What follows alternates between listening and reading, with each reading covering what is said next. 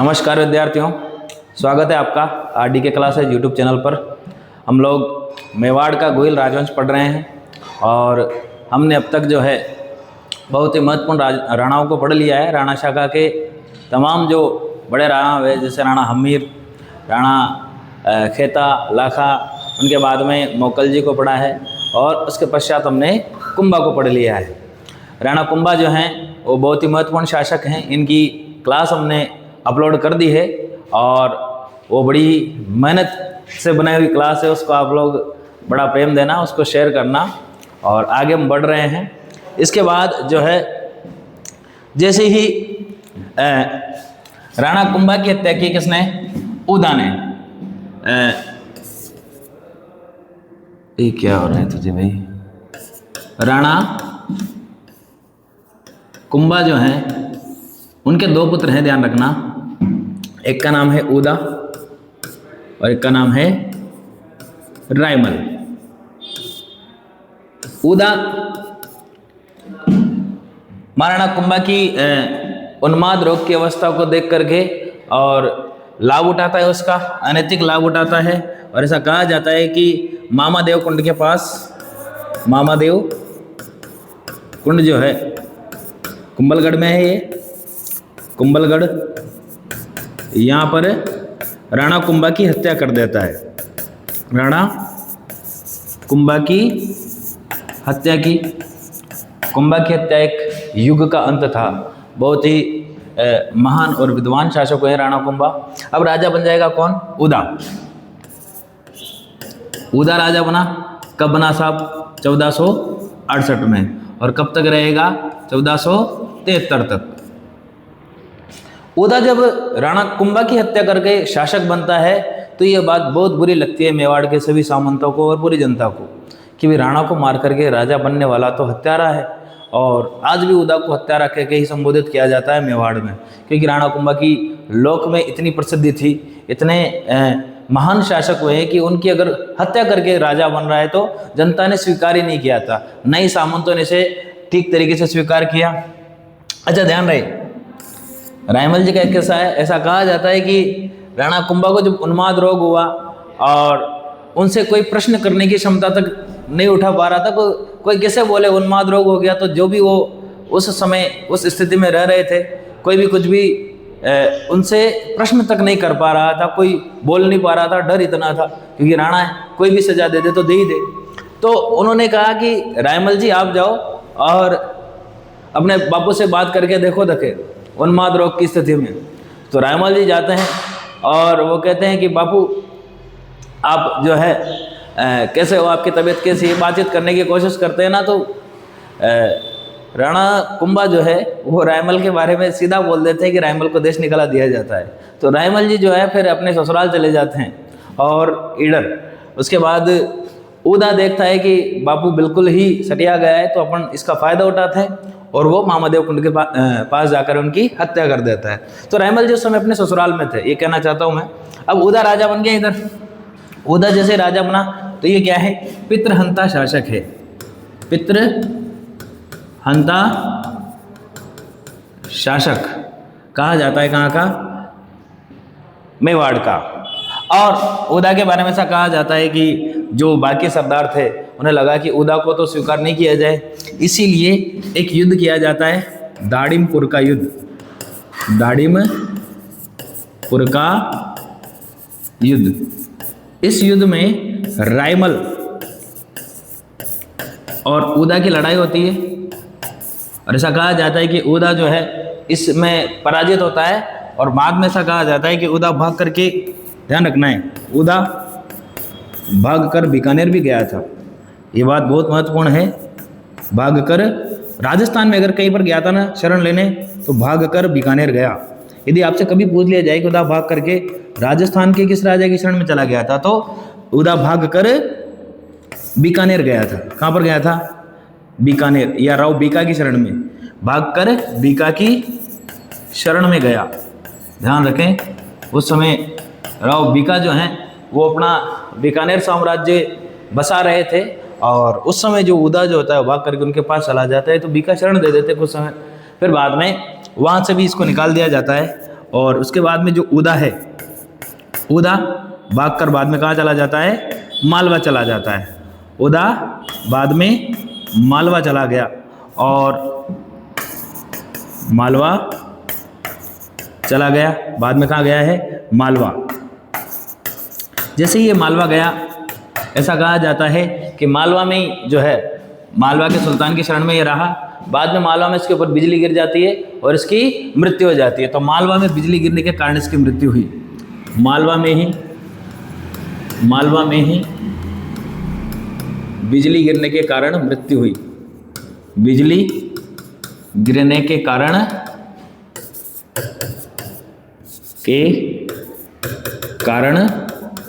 मृत्यु हुई।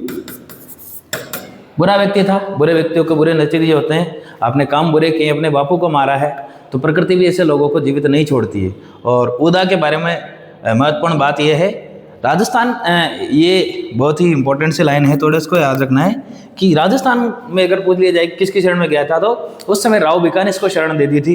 बाद में भाग करके गया था ये, मालवा चला गया बाद में, और मालवा में इसके ऊपर क्या गिर गई, बिजली, और इसकी मृत्यु हो जाती है। और 1473 में राजा बन जाएंगे कौन, रायमल। देखो राणा रायमल बहुत महत्वपूर्ण शासक हैं। राणा रायमल, और राणा रायमल जो है राजा बनेंगे कब, 1473 में, और 1509 तक राजा बन जाएंगे।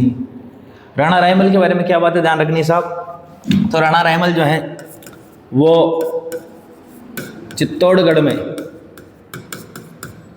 में अद्भुत जी का मंदिर बनवाते हैं। अद्भुत जी का मंदिर बनवाते हैं, मंदिर बनवाया इन्होंने।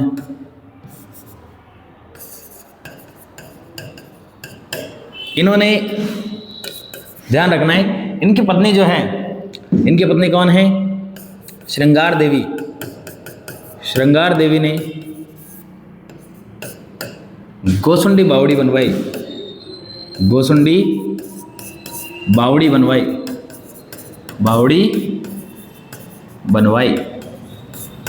रानी ने गोसुंडी बावड़ी बनवा दी तो बड़ी प्रसन्न हुई रानी। कहाँ पर थी ये, चित्तौड़ में।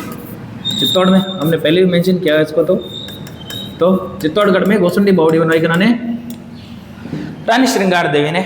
राठौड़ राजकुमारी है इस, और रानी जैसे बावड़ी बनवाते तो देखो मैंने बावड़ी बनवाई है। तो राणा जी ने कहा अच्छा, आप बावड़ी बनवा करके बड़े प्रसन्न हो रहे हो। तो राणा जी कहते हैं ठीक है, आपने बावड़ी बनवाई ना, मैं तालाब बनवाऊंगा, और एक नहीं 3 बनवाऊंगा।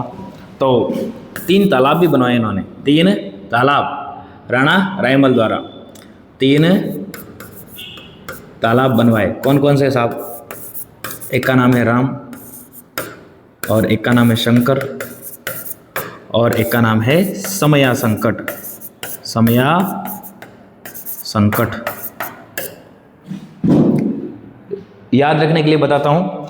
राम जी और शंकर जी जो हैं उनकी याद कब आती है, संकट के समय में आती है। यूँ तो सब लोग कहते हैं कि मुझे भय नहीं लगता है, मुझे तो कोई परेशानी नहीं है, जैसे ही मुसीबत आती है राम जी की याद आ जाती है। तो राम, शंकर, समया संकट, ये 3 तालाब बनवाए थे किन्होंने, महाराणा रायमल ने। और महाराणा रायमल के बारे में क्या बात ध्यान रखनी है, देखो साहब। तो महाराणा रायमल जो हैं उनका एक शिल्पी था जिसका नाम है अर्जुन। शिल्पी कौन है यहाँ का, अर्जुन। यहाँ पर 2 विद्वान भी थे, इनके काल के विद्वान याद रख लेना आप। एक का नाम है गोपाल भट्ट और एक का नाम है महेश भट्ट।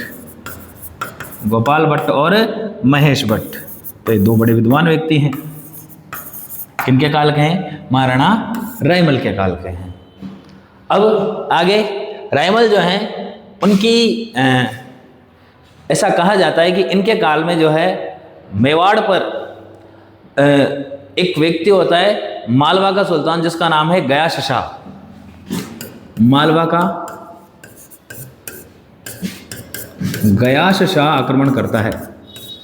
गयासुद्दीन भी बोल सकते हो, तो शॉर्ट में लिख रहे अपन, गयास शाह आक्रमण करता है। 3 बार आक्रमण करता है। कितनी बार, 3 बार आक्रमण किया।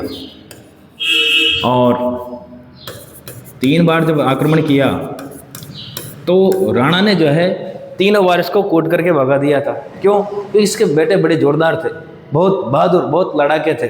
और जब 3 बार गयास शाह आक्रमण करता है ना, तो तीनों बार इसको पराजित करके भेजा, तीनों बार पराजित किया, तीनों बार पराजित किया। गयास शाह मरते मर जाता है, लेकिन मेवाड़ नहीं जीत पाता है। तो गयास शाह जब 3 बार जूते खा करके यहाँ से जाता है, मार कुटाई हुई इसकी, तो मालवा का अगला राजा बनता है जिसका नाम है नासिर शाह। नासिर शाह। उसे लगा कि यार मेरे बापू को मारा तुम लोगों ने और मैं इसका तुमसे बदला लूंगा। और वो बदला लेने के लिए क्या करता है साहब, वो भी आक्रमण करता है मेवाड़ पर। मेवाड़ पर आक्रमण करता है। जैसे इसने मेवाड़ पर आक्रमण किया तो इस समय क्या होता है कि राणा रायमल के जो बेटे होते हैं ना, उनमें हो जाता है उत्तराधिकार संघर्ष, उनमें हो जाती है घर में ही लड़ाई। एक कहावत भी है कि घर की फूट जगत की लूट। जैसे ही लड़ाई हुई, बेटे ही आपस में लड़ रहे, उत्तराधिकार संघर्ष चल रहा है, तो नासिर शाह जो है वो थोड़ा शक्ति प्रदर्शन कर देता है और राणा रायमल को जो है उसे धन दे करके लौटाना पड़ जाता है, क्योंकि उसके घर में ही कलह हो रहा था उस समय। तो नासिर शाह को धन देकर लौटाया। नासिर शाह को इसे जो है धन दे करके लौटा देते हैं कि भाई तू पैसा ले ले यार, तो यहाँ पर आया है तो अभी घर की स्थिति खराब है, बेटे ही लड़ रहे आपस में, तो ध्यान रहे कभी भी जब भी आपके घर में आप रहो तो भाई बंधु सबसे मिलजुल करके रहो। लड़ाई अगर घर पे कर लोगे ना तो फिर दूसरे वाले मजे लूट जाएंगे, आप लोगों को कमज़ोर कर देंगे, या फिर आपकी स्थिति का लाभ उठा सकते हैं बाहर वाले लोग। इनकी घरेलू स्थिति का लाभ उठाया था नासिर शाह ने, पैसे वैसे देने पड़े थे राणा को। आगे देखते हैं अपन राणा रायमल की जो संतानें हैं उनके बारे में। ये बड़ी महत्वपूर्ण और रोचक जानकारी रहेगी। राणा रायमल की संतानें, राणा रायमल की संतानें। ध्यान रहे राणा रायमल की संतानों में सबसे बड़ा बेटा है पृथ्वीराज। कौन है? पृथ्वीराज। उससे छोटा है जयमल और उससे छोटा है संग्राम। और इनकी एक पुत्री के बारे में ध्यान रखना है जिसका नाम है आनंदाबाई। आनंदाबाई, सही लिखा क्या? आनंदाबाई। तो इन चारों के विषय में हम चर्चा करेंगे। होता क्या है कि राणा रायमल जो हैं वो बड़े ही योग्य राजा थे, लेकिन उनकी एक कमी ये रही कि उन्होंने अपने जीवन काल में कभी भी ये नहीं कहा कि मेरा ये जो बेटा है वो मेरा युवराज है, या सबसे बड़ा बेटा युवराज रहेगा, या कौन सा बेटा वो राजा बनाना चाहते। किसी को भी उन्होंने उत्तराधिकारी बचपन से ही घोषित नहीं किया, मतलब जब से वो लोग समझदार होने लगे। तो अब यहाँ पर मेवाड़ में समस्या क्या आ गई कि सारे बेटे योग्य थे, बहुत वीर थे, बहुत लड़ाके थे, और जब ये इतने योग्य लोग रहे तो समस्या ये हुई कि सब अपने आप को राजा मानने लग गए कि मैं ही राजा बनूंगा। क्यों? क्योंकि बापू ने अब तक किसी को उत्तराधिकारी घोषित नहीं किया, और नहीं किया तो मुझे ही करेंगे। सब अपने आप को बड़ा योग्य मानते हैं। तो उन्होंने क्या किया, सबने अपने आप को राजा मानना प्रारंभ कर दिया। अब ये समस्या हुई तो राणा ने जो है एक सहारा लिया ज्योतिषी जी का। उन्होंने बुलाया राज ज्योतिषी को और उन्होंने कहा कि आप एक बात बताओ, मेरे बेटों में सबसे ज़्यादा प्रबल राजयोग किसके भाग्य में है? तो राज ज्योतिषी जो आते हैं वो कहते हैं कि संग्राम सिंह के राजयोग है। तो संग्राम सिंह के राजयोग है। ये बात सुनी तो सबके सब दो बाकी वाले कहने लगे तो कि ये कैसे बनेगा, ये तो छोटा हमसे, राणा तो हमें बनना चाहिए और हमारे जीवन में राजयोग होना चाहिए। तो होता क्या है कि ये तीनों जो हैं वो जाते हैं भीमल गांव के चारणी पुजारन के पास। अब ध्यान रहे, भीमल गांव के जब चारणी पुजारन के पास से लोग गए तो वहाँ पर जाने के बाद वहाँ पर 3 आसन लगे हुए थे। तो एक सबसे बड़ा आसन है, मान लो कि थोड़ा ऊंचा, तो इससे जस्ट नीचे है, और नीचे नीचे एक शेर की खाल बिछी हुई थी।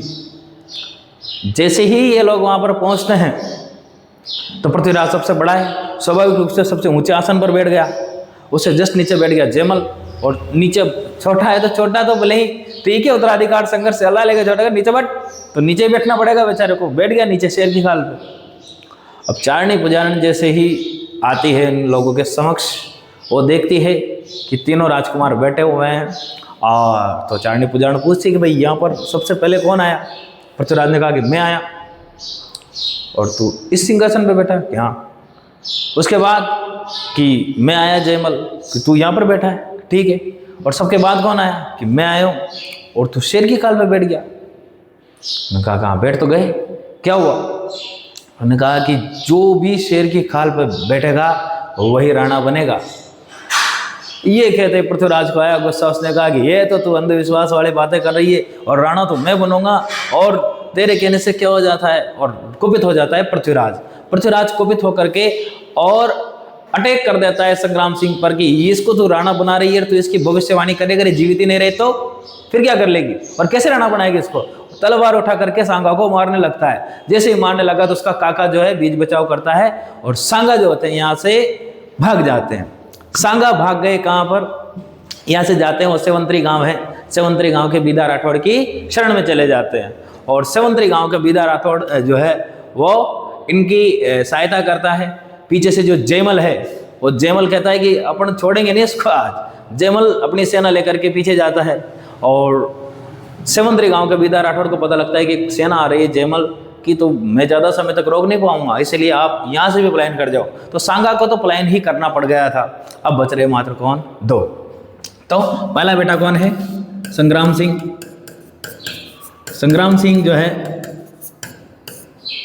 इसके बारे में क्या बात ध्यान रखनी है कि ये जो है पहले जाते हैं भीमल गांव की चारणी पुजारन के पास। भीमल गांव की चारणी पुजारन के पास, वो भी यही भविष्यवाणी करती है कि राजा बनेंगे। भीमल गांव की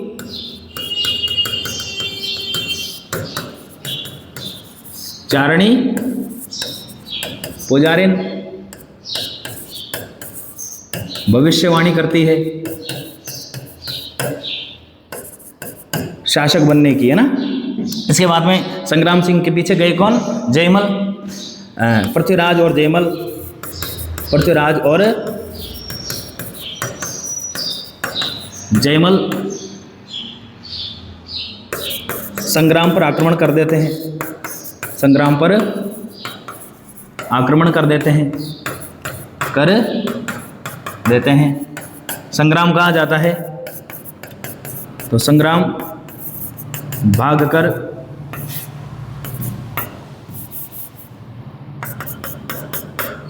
अरे क्या लिख रहा है तू? भागकर सेवंतरी गांव के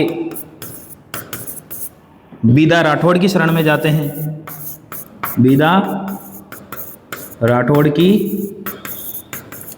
शरण में जाते हैं। बीदा राठौड़ संग्राम की रक्षा करते हुए वीर गति को प्राप्त हो जाते हैं। वीर गति को प्राप्त हो जाते हैं। तो ध्यान रहे, संग्राम का क्या हुआ? भीमल गांव के चारणी पुजारी ने भविष्यवाणी की कि ये राणा बनेगा, तो पृथ्वीराज और जयमल उस पर आक्रमण करते हैं। संग्राम भाग करके सेवंतरी गांव के बीदा राठौड़ की शरण में जाते हैं। बीदा राठौड़ संग्राम की रक्षा करते हुए वीर गति को प्राप्त हो जाते हैं, और संग्राम इसके बाद हो जाते हैं अंडरग्राउंड, गायब, दिखते ही नहीं है कहाँ गया। संग्राम तो हो गए गायब, तो संग्राम कर गए पलायन। अब उत्तराधिकार संघर्ष चल रहा है। जिस बेटे की भविष्यवाणियां की है वो तो भाग गया, वो तो यहाँ पर है ही नहीं।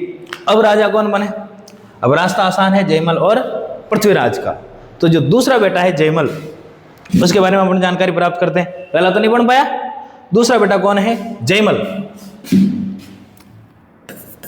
जयमल की बात सुनो आप। जयमल जो है, जयमल भी बड़ा बहादुर आदमी था। जयमल एक घटना है जयमल के काल की, जयमल के लिए, कि एक स्थान है अपना टोडा। टोडा,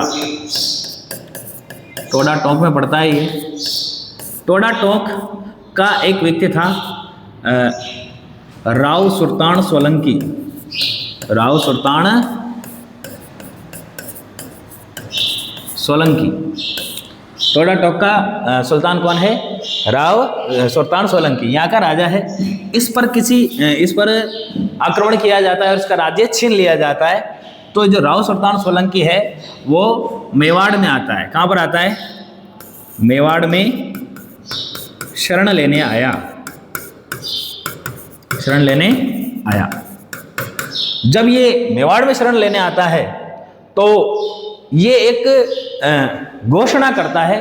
वो कहता है कि जो भी मुझे टोडा जीत करके देगा, जो भी मुझे टोडा जीत कर देने वाले को, इनकी पुत्री थी, बड़ी सुंदर पुत्री थी जिसका नाम था तारा। जो टोडा उसे जीत करके दे देगा उसका विवाह तारा से करवा देगा। तो टोडा जीत कर देने वाले राजकुमार से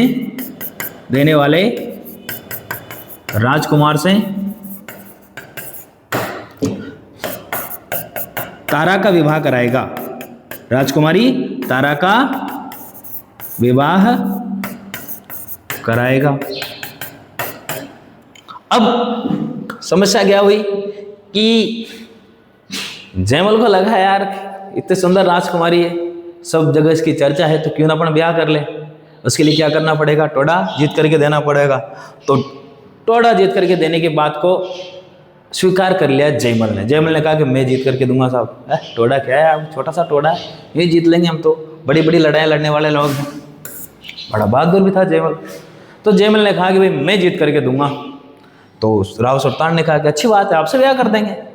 तो अब जयमल को लगने लगा कि मेरी पत्नी बनेगी तारा। उसने उसके दोस्तों को बताया कि भाई का तो रोका हो गया है ना, मेरी शादी होगी किससे? राजकुमारी तारा से। तो और बड़ी सुंदर राजकुमारी थी उस समय की। तो इसके दोस्तों ने चिढ़ाने के लिए पूछा कि तेरे पास रानी तारा की इंस्टा आईडी भी है क्या? है जानता भी है क्या? तो व्हाट्सएप नंबर है तेरे पास? कभी बात की उससे? इसने कहा यार बातचीत तो कोई नहीं हुई। तो फिर काहे से तेरी पत्नी बनेगी? तेरी पत्नी बनने से पहले नंबर नहीं है तेरे पास, तूने बात नहीं की है, और मैं आपको बता रहा है कि मैं तारा का पति बनूंगा। तो इसने कहा कि अरे ये कौन सी बड़ी बात है, मैं आज ही जाकर के बात कर लूँगा। उसने कहा राव सुल्तान बात करने देगा तब करेगा ना। जयमल को आया गुस्सा कि उसके क्या औकात है, हमारे राज्य में है और हमसे ही मना कर देगा। तो इसके दोस्तों ने और चढ़ा दिया। दोस्तों तो लेते ही मजे हैं। तो इसने कहा कि आज ही जाऊंगा और आज ही रानी तारा से बात करके आऊंगा मैं, उसमें क्या दिक्कत है? टोडा मैं कल जीत करके दे दूंगा, उससे पहले बात तो करके दिखाऊंगा, तुम लोग भी मानोगे कि जयमल कौन था। जयमल जो है वो अपने दोस्तों के चिढ़ाने पर चला जाता है राव सुल्तान के पास में। और राव सुल्तान जो है वो कहता है कि भाई कैसा आना? उसने कहा कि मुझे राजकुमारी तारा से मिलना है, अभी बात करनी है। तो इन्होंने कहा कि नॉट अलाउड। कैसे बात कर लोगे आप बात नहीं कर सकते हो, आप जो है मिल ही नहीं सकते हो, ना ही बात कर सकते हो, ना कोई परिचय होगा जब तक आप टोडा जीत करके नहीं दोगे। आपने टोडा जीत करके दे दिया है क्या? उसने कहा जीत लेंगे टोडा, कौन सी बड़ी बात है। कहा ना, जब तक टोडा नहीं जीतोगे तब तक ना ब्याह होगा, ना सगाई होगी, ना कोई बात होगी। जयमल बदतमीजी पर उतर आता है। जब बहुत ज्यादा बदतमीजी की जयमल ने, तो सोलंकी जो क्या करते हैं, वो सोलंकी इसको मार डालते हैं। ज्यादा जब बदतमीजी की तो जयमल की हत्या कर दी किसने? सोलंकियों ने। लेकिन अब चूंकि रायमल जी का बेटा है, रायमल जी बड़े ही अच्छे व्यक्ति हैं, तो अपन ये नहीं लिखते हैं कि सोलंकियों ने हत्या कर दी, थोड़ा अच्छा नहीं लगेगा, तो इसको अपन थोड़ा मॉडिफाई करके लिखते हैं सोलंकियों से युद्ध करता हुआ मारा गया। सोलंकियों से, नोट्स में आपको यही लिखना है भाई, सोलंकियों से युद्ध करता हुआ मारा गया। कोई युद्ध उद्ध नहीं था, बदतमीजी की तो मार डाला। लेकिन राणा रायमल जो है, अब राणा रायमल की शरण में पड़े हुए, उसी के बेटे को मार दे एक राजकुमार को। लेकिन राणा रायमल ने कहा कि अगर बदतमीजी की है ना हमारे लड़के ने, तो वो दोषी था और आपने मार दिया। तो कोई एक्शन नहीं लिया उन लोगों पर, उनको शरण में रखा और कहा कि जो मेरा बेटा हो चाहे किसी का बेटा हो, अगर किसी के भी साथ बदतमीजी करेगा तो उसकी जो सज़ा दी जानी चाहिए वो आप लोगों ने दे दी है। कोई विरोध नहीं किया। तो राणा रायमल बड़े उदार और बड़े भले व्यक्ति थे, उनकी शरण में आए लोगों ने उनके बेटे को मार दिया, तो भी उन्होंने ना उन पर कोई कार्रवाई नहीं की और उन्होंने कहा कि हमारे बेटे की गलती थी तो उसको स्वीकार किया। इतनी उदारता होना भी बहुत बड़ी बात थी उस समय में। तो देखो भाई, दो बेटे हैं। संग्राम कहाँ गया किसी को कुछ पता नहीं है। जयमल आया और अपने आप को राजा छोड़ो, राजा बनाने से पहले ही चला गया। राजकुमारी तारा से ब्याह करने के चक्कर में ब्याह तो हुआ नहीं और मारा गया बेचारा जयमल। इसके बाद में अगले बेटे के बारे में अपनी जानकारी लेते हैं। अगला बेटा कौन है? पृथ्वीराज।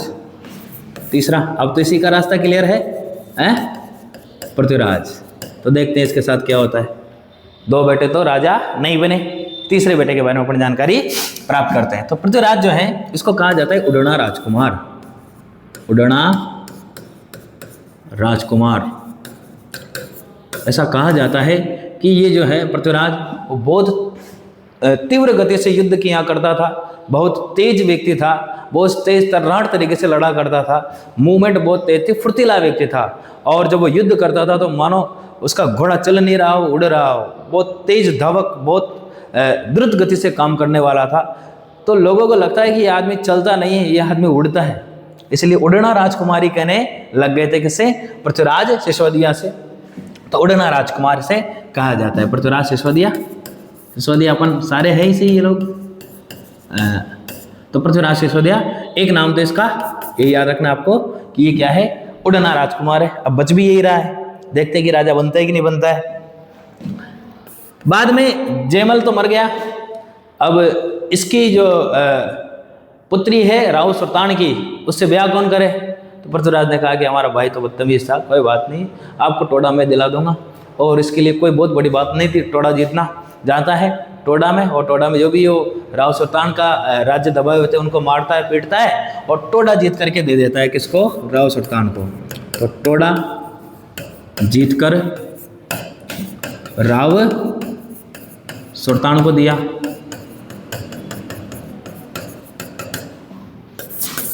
है ना। और ताराबाई से विवाह किया। ताराबाई से विवाह किया। ताराबाई से विवाह किया। ताराबाई से विवाह हो गया। अब ध्यान रखना है भाई, ताराबाई से विवाह करने के बाद में ना पृथ्वीराज सिसोदिया इनको लेकर के आते हैं अजय मेरू दुर्ग में या अजमेर दुर्ग में। अजमेर दुर्ग में ताराबाई के साथ निवास करते हैं। ताराबाई को लाए और ऐसा कहा जाता है कि अजमेर दुर्ग में जो है वो निर्माण कार्य करवाया, थोड़ा जीर्णोद्धार करवाया, इसका रहने लायक बनाया। भाई नई वाइफ लेकर के आओगे, न्यूली कपल रहोगे आप, तो उसके लिए कुछ तो नए इनॉग्रेशन कराओगे, तो अच्छे से उन्होंने बढ़िया दोबारा से डेंटिंग पेंटिंग कराई, है ना, पुट्टी वगैरह करवा दी होगी।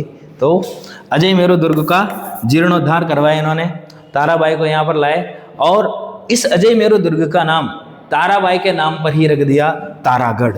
तो अजमेर दुर्ग का नाम अपनी प्रिय पत्नी तारा के नाम पर तारागढ़ किया। अजमेर दुर्ग का नाम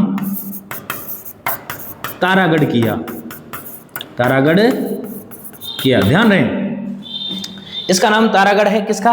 अजमेर दुर्ग का। एक और तारागढ़ है जो बूंदी में है, जिसे राणा लाखा तोड़ने जा रहे थे, आपको याद हो तो वो तारागढ़ अलग है, उसकी आकृति तारे के जैसी, इसलिए उसको क्या कहते हैं?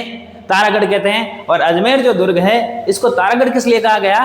रानी तारा के नाम पर। तो दो तारागढ़ है राजस्थान में, दोनों को याद रखना है, दोनों का नाम तारागढ़ है। अजमेर दुर्ग तारागढ़ रानी तारा है, किनकी पत्नी है? पृथ्वीराज सिसोदिया की पत्नी, इनके नाम पर तारागढ़ हुआ है। और जो तारागढ़ बूंदी वाला है वो तारे की आकृति के कारण तारागढ़ कहलाता है। तो बात ध्यान रखनी है वो। इसके बाद में क्या होता है साहब, एक बड़ा ही रोचक किस्सा है कि जो ताराबाई हैं, ताराबाई अजमेर दुर्ग में रहती हैं, बाहर अब दुर्ग में है तो पहाड़ियों पर घूमने भी जाती है। तो ऐसा कहा जाता है एक दिन वो घूमने गई, और घूमने गई ना तो घूम करके लौटी और अपने कक्ष में आती है और बहुत ही उदास होकर के बैठ जाती है। पृथ्वीराज जी शाम को घर पर आते हैं तो वो कहते हैं कि भाई आप उदास क्यों हो? तो उन्होंने कहा कि आप रहे नहीं तो आप नहीं समझोगे, महिलाओं की टोन ऐसी ही होती है ना, हम तो भुगत भोगी। तो कहते हैं कि भाई आप बताओगे तो पता लगेगा ना उदासी का कारण, लेकिन महिलाएं बहुत जल्दी बताती नहीं है। बहुत प्रयास करते हैं कि भाई बता तो सही, अगर किसी ने कुछ कहा हो तो उसकी जबान वगैरह कटवा दे, है किसी ने आँख दिखाए हो आँख फोड़वा दे, अपन तो हाथ कटवा दे उसको पूरा कटवा दे, तो बोल तो सही कि क्या हुआ है, उदास क्यों है। इन्होंने कहा कि मैं जब घूमने गई थी ना, तो मेरी जो पायल है उसका एक घुंघरू है वो टूट करके कहीं गिर गया है, और वो मेरा फेवरेट घुंघरू था, मुझे बड़ा ही अच्छा लगता था, और मैं उस घुंघरू के बिना नहीं रह सकती हूँ, मुझे तो घुंघरू चाहिए। पृथ्वीराज ने कहा बस इतनी सी बात के लिए उदास हो। उन्होंने अपने दास दासियों को बुलाया। दास दासी जो होते हैं वो जाते हैं, और बेचारे क्या करें, ढूंढना पड़े। ढूंढा उन्होंने, जहाँ जहाँ रानी साहब गई थी वहाँ वहाँ जा करके देखते हैं तो एक जगह वो घुंघरू प्राप्त हो जाता है। जहाँ पर वो घुंघरू प्राप्त हुआ है उसको आज भी घुंघरू की पहाड़ी कहा जाता है। क्या कहा जाता है? घुंघरू की पहाड़ी। तो ये बड़ा ही रोचक किस्सा है घुंघरू की पहाड़ी का। अच्छा, इसी घुंघरू की पहाड़ी पर आपका आरपीएससी का कार्यालय भी है। तो घुंघरू की पहाड़ी जो है अजमेर में है, और वो रानी तारा के नाम पर। तो रानी तारा ने नाम बड़े दे करके गई है वो, अजमेर, दुर्ग, तारागढ़, और इसके बाद घुंघरू की पहाड़ी जो है। तो ऐसे एक रोचक किस्सा है। इसके बाद हम देखते हैं कि पृथ्वीराज जो हैं वो बढ़िया से रह रहे हैं। इसके बाद इनकी एक बहन है, हमने आपको मेंशन किया हुआ है, आनंदाबाई। आनंदाबाई आनंदाबाई जो हैं इनका विवाह हुआ था सुरई के जगमाल देवड़ा से। आनंदाबाई की शादी किससे हुई थी? जगमाल देवड़ा से। जगमाल देवड़ा कहाँ का राजा है? सुरई का। और ये जो है जगमाल देवड़ा वो परेशान किया करता था आनंदाबाई को, अत्याचार करता था इन पर, और इससे बड़ी परेशान रही आनंदाबाई। उन्हें लगा कि जब उन पर बहुत ज़्यादा टॉर्चर उनको किया गया, उनको बहुत ज़्यादा परेशान किया गया, तो उन्होंने अपने भाई को संदेश भिजवाया पृथ्वीराज को कि मुझे बहुत परेशान कर रहे हैं भैया, और या तो आप मुझे लेने आ जाओ या इनको समझाओ।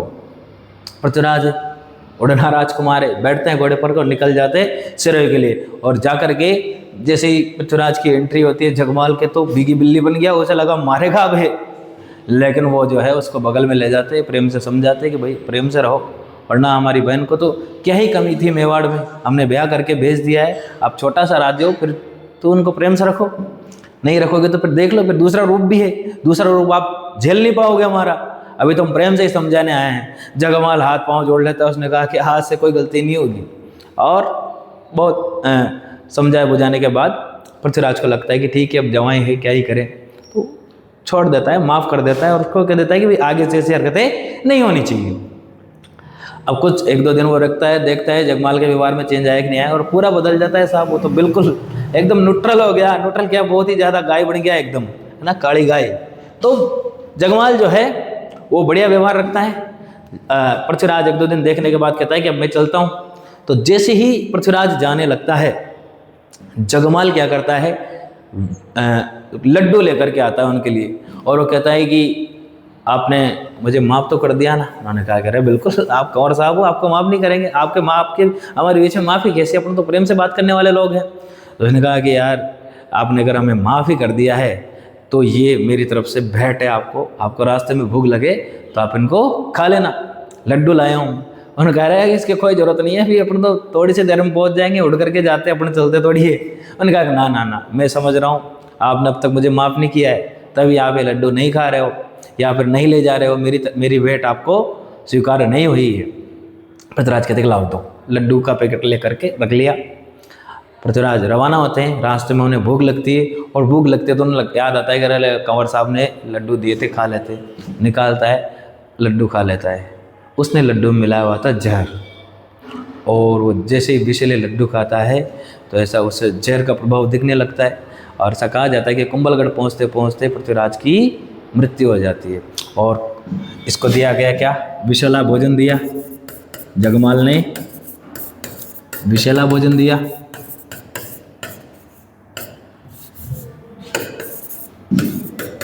विषैला भोजन दिया,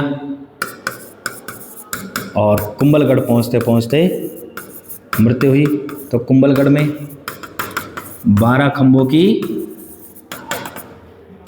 छतरी बनी हुई है किनकी? पृथ्वीराज सिसोदिया की, उड़ना राजकुमार की। बहुत ही प्रतिभाशाली, बहुत वीर योद्धा था वो, ऐसा कहा जाता है, ऐसा मानते इतिहासकार और लोगों में उसके बारे में ये प्रसिद्धियाँ है कि वो अगर जीवित रहता और वो अगर राजा बनता ना तो मेवाड़ को बहुत समृद्ध कर सकता था और मेवाड़ की सीमाओं का बहुत विस्तार कर सकता था। बहुत इम्पैक्टफुल वो राणा बनता, बहुत प्रभावशाली वो राणा बनता। राणा नहीं बना है तो अभी उसकी इतनी सारी, इतने किस्से, इतने कहानियाँ हैं कि वो अमर तो है वो, तो मार दिया जाता है जहर दे करके। तीसरा बेटा भी किनका? राणा रायमल जी का। अब पहला बेटा मर गया है, कौन? पृथ्वीराज। जयमल मर गया है और संग्राम भाग गया है। अब राजा कौन बनेगा, इसके बारे में अगर आपको जानकारी प्राप्त करनी है तो आपको देखना पड़ेगा हमारा अगला एपिसोड, हमारी अगली क्लास, है ना। तब तक के लिए धन्यवाद। आप क्लास को शेयर करना है और ये बार बार कहना नहीं पड़ना चाहिए भाई आप पूरा वीडियो देखो और इसको शेयर करो, क्योंकि आप लोगों के लिए मेहनत कर रहे, ये कंटेंट जो है आपके लिए उपलब्ध करवा रहे। आपको यदि कोई कमी नज़र आए तो आप कमेंट करके बताओ कि सर इसमें थोड़ा और ये इम्प्रोवाइज करो, है ना। धन्यवाद साहब, बहुत बहुत धन्यवाद आपका।